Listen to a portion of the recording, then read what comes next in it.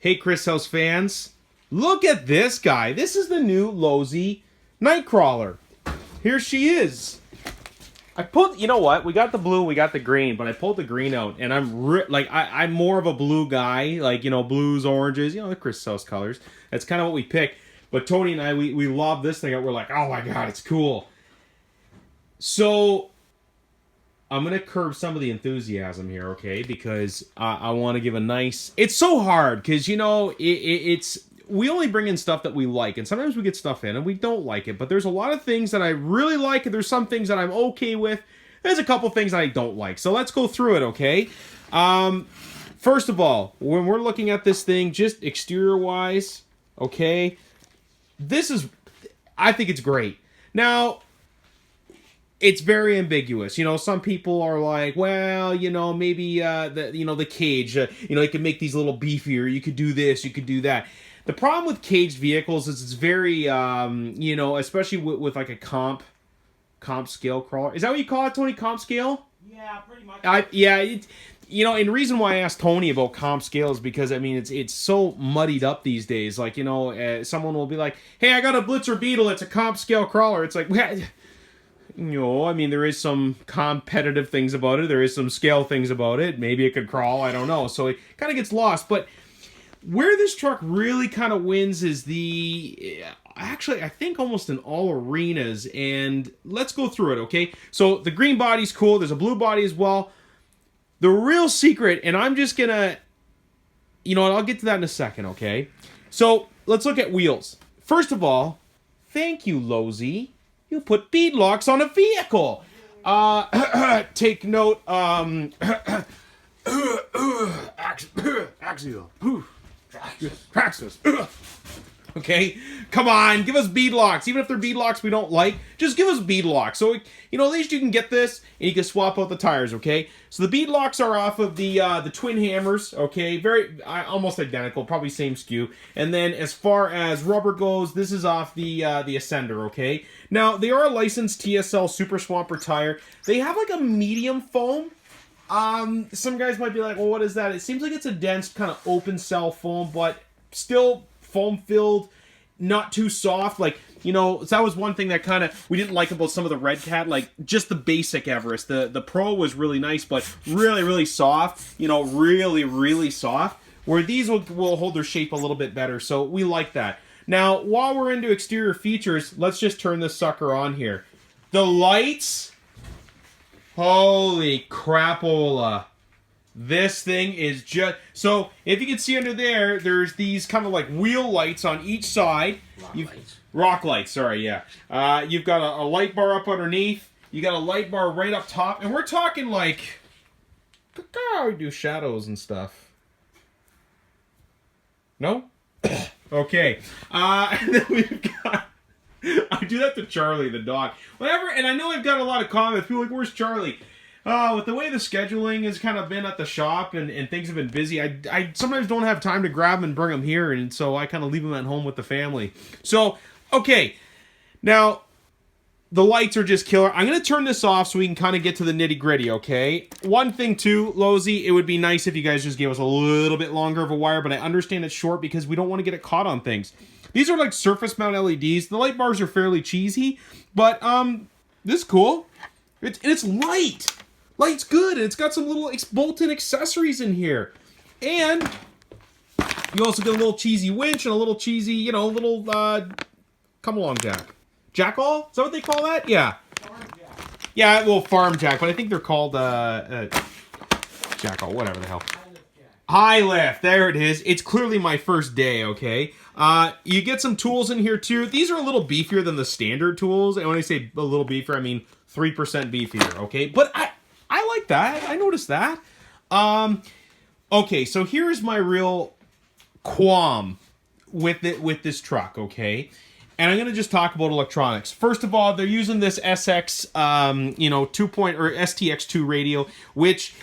I don't understand why you just can't do a DX2E. It is a lot nicer of a radio for a few extra dollars. Spectrum servos have never really been a favorite of mine. Again, this is my 2 cents, but it looks to me we have nylon plastic gears in there. I really don't understand the logic of that. It's just a cost-cutting thing. I don't like that. I mean, every other brand, and we don't have everything right here, except I think the Barrage, which is ECX, which is also owned by these guys, part of their brother company, okay? Plastic gears, stop that. Now, as a shop owner, I'm good with it because I have an opportunity to sell a Metal Gear Servo, but I'd really not like to in the $400 plus mark, okay? And this is Canadian pricing, and we don't do pricing on videos as accurate as we used to because we're tired of the comments section filling up. You know, different areas have different price points. These ESCs are actually really, really good. So that's just a Dynamite. I think they're like 60 amps-ish, okay? And I know I'm saying a lot of I think, but you know, we spend a little bit of time researching, and we really like to hear your kind of input. But we've sold these for years, for the last couple of years, and the variants similar to them, and their speed controls have been really, really good. I don't know why they'd want to place it on the axle, but at the same time, I get it with the layout of the vehicle. Okay, like I understand. I like how the receiver is high up, though, and as much as I was griping on the radio, it is a good radio. It's very reliable. A lot of companies are going really, really cheap on radio, so I consider this kind of like a mid-grade stock radio. I'd like to see something with a non-plastic wheel. Like, just put foam around it, put rubber around it. I mean, it does have your steering trim, throttle trim, and your steering and throttle dual rates, which is nice, okay? And it does actually feel pretty balanced in your hands, and it's a nice light trigger. I like it. Huge battery tray right in the center. As far as I'm concerned, this is a beautiful 50-50 distributed weight kind of vehicle, and I really like it. Velcro battery straps, perfect. Lightweight, they work, nothing to lose, okay? They work when they're wet, you know, stuff like that. As far as the actual chassis goes, I mean, this thing is freaking, like, it's pretty narrow as far as the chassis goes. A lot of screws in here, but everything's pretty well up and pretty hidden, so I don't think we're going to get too many problems with getting out, you know, strip screws and things like that. The links are heavy duty. Think of this like, kind of like Bomber or Wraith links, you know, nice and beefy, but they got the holes of them, so they look cool. P.S. They hold, you know, dirt and mud. Steel drive shafts that are constant velocity. I think that was a really good choice, and that's something we're not seeing. So, and you also get, you know, steel CVs in there as well. When I'm seeing this truck, I'm seeing similar build qualities to some of the Charisma stuff as well. Just like how some of the axles are, so maybe they're sharing some things. Now, a lot of you are going to ask about the pumpkin, and the pumpkin's very special. It has something called a worm drive gear, okay? So I'm going to show you a little illustration here. This is how a worm drive gear works, okay? So this here is input from the drive shaft. It's spinning, and it's spinning on your worm output gear. Okay, and I know some mechanical engineer or some engineer is going to give me crap for something I'm going to say here, whatever, okay? But ideally, you're getting a more contact than what you're going to have with a bevel or like an angle cut gear or straight cut bevel geared, okay? Which is pretty cool. And it's funny because I was looking up different gear styles, and what's neat is there's so many. Like, there's this gear system called a herringbone. Google it. Freaking sweet. There's also a gear, another gear called Planetary, which is really popular as well. A lot of Tamiya models, like I think it's the CRO one, or is it the CCO one, use the Planetary gear, which is just 3 little gears that spin outside of one main gear. Planetary, like everything around the sun. Very cool. The great thing with worm drive gears, I cannot move these tires. I'll break the truck before I actually can rotate the tires. Like, I'm putting full pressure on this, okay? It's not going anywhere. You don't even need drag brake. It's done. It also means you're going to get very accurate throttle control. And what it also means is you can put a 5,000 milliamp hour nickel metal hydride in here, crawl for days, and have beautiful, wonderful control. The reason why I might want to suggest a nickel metal hydride over a lithium polymer battery is, well, you're not really going to need that burst of the voltage because you're hooking up. It's working. I mean, yeah, you want some more wheel speed, but at the same time, it'd be nice if you have your control of your throttle and you get a little bit more incremental control. Or is it excremental control? I don't know. Ask Chris. He'll know. He'll know best. It's an inside joke, y'all. Transmission is... this is a really low... Oh, I almost dropped the brand new truck. Great. This is a really small, tiny transmission. I know it's hard to see in here. This is wonderful. There's like a little idler gear in the center, which I hope so. Like your pinion gear goes to like a middle idler gear, and then it goes to your main like kind of spur gear. I think that's really cool. I like really cool. Shocks are all aluminum bodied with these collars, which collars actually work really good. A lot of people, you know, like threaded bodies, but collars work great. Kyosho's been doing that for like, you know, 30 freaking years, and they still make stuff like this, and it works. So you just undo this little screw. Tick, tick, tick. See, you want to hear that sound? Tick, tick, tick. Okay, you just move that up or down, and boom, you can, you know, adjust your a little bit of ride height there, okay, and your spring tension. This is another great thing about this truck. Lots of freaking ground clearance, okay? I mean, that's huge, and it's beautiful. It works great. No body on this. Articulation. There we go. I mean, that's big. And I mean, if we go to the front, it's big. I mean, I can fit my freaking phone under there. I love it, okay? So, I think I've covered most of the bases here, okay? As far as driving, now, we get some comments about, you know, hey, it'd be cool, go take that vehicle, go beat it up. You know, we've been around for almost 10 years, and we still don't get, like, kind of demo budgets, and nobody sends us anything to really demo. And why I say that is, things have changed a lot in our scene the last few years, and I really wish that, you know, suppliers, if you guys are watching this, would actually just send us some stuff so we can go beat the heck out of it, right? You know, we're not really making much on YouTube these days to really compensate for it. So just a little, you know, food for thought there, okay? So, you know, we'd love to run these things, but we really rely on you guys, the experienced users, to go out there and beat them up and kind of do your own vids on it. So I'm just going to go through a couple other real quick things.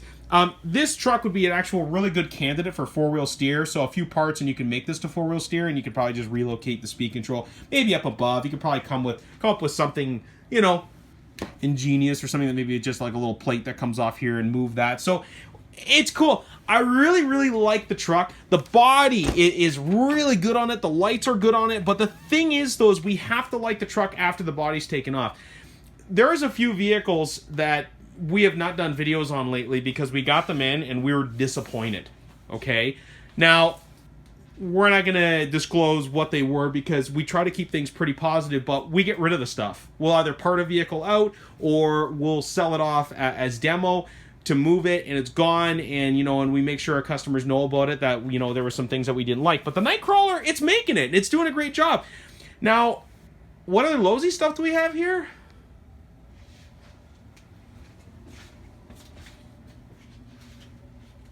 That's it.